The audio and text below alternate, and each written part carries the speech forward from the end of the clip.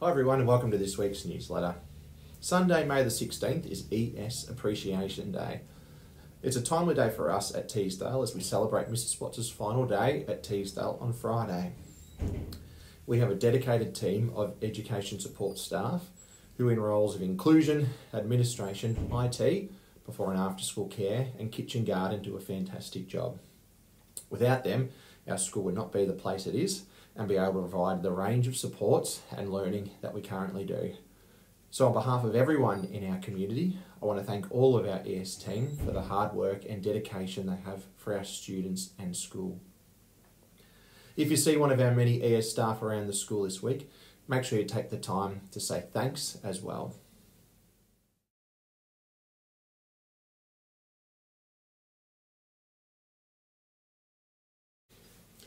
At our last school council, our 2020 annual report was tabled for councillors. I've included it as an attachment here to share with you. There are some really pleasing outcomes from this report that show we continue to improve as a school as we grow. It was particularly pleasing to see that our parent and staff satisfaction were well above state averages in what was a very difficult year. I hope this is the indication that in a very challenging year, we did everything we could to support everyone in our community.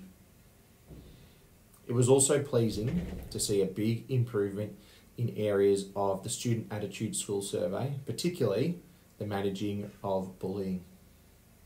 Schools aren't a sterile environment and never will be, but as a school, we want to be seen as being proactive and responsive when issues do arise so that our school is a safe and happy place for everyone.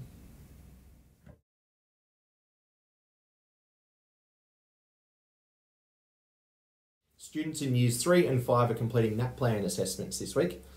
Whilst we don't build these up individually for students, we do value the information it provides us to validate the approaches we are using at Teesdale Primary to support all students in their learning. Best of luck to students completing these assessments this week.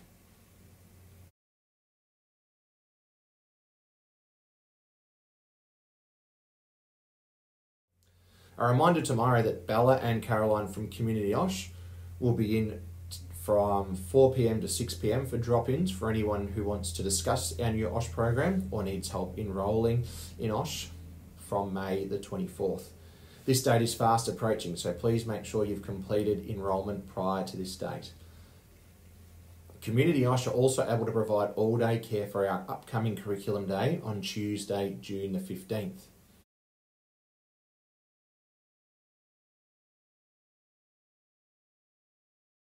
This week's Ask Mr Irwin is around pick-up parking, so here we go.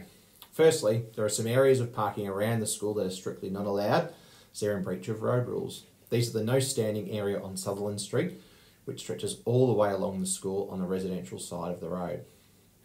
This is not only a no standing area, it just isn't a safe area to park. It's dangerous for children to cross the road when it's busy, and also dangerous for cars reversing out from allocated car parks. If cars continue to park in the no standing area, I'll ask our local police officer to come and visit and ensure this doesn't continue. It's also important to not have cars parked in front of the fire hydrants out the front. These remain in use and could require immediate access in the case of a fire. So far as strategies to avoid the end of the day rush, the simplest I like to reiterate is that after school, the playground has staff supervision until 3:30. There are a small group of families who already take advantage of this by arriving between 3:20 and 3:30 and are able to park right out the front of school. This is a perfectly safe and suitable way to beat the rush at the end of the day. If we had another 10 to 20 families do this, it would significantly ease congestion around the school at pick-up time. The reality is, for a school our size, we're fortunate to have the amount of parking we do. Many schools are extremely envious of the amount of parking we do have to manage drop-off and pick-up at school. The answer to parking at school isn't for more parking, and it isn't to make use of the no standing space on Sutherland Street or in front of the fire hydrants.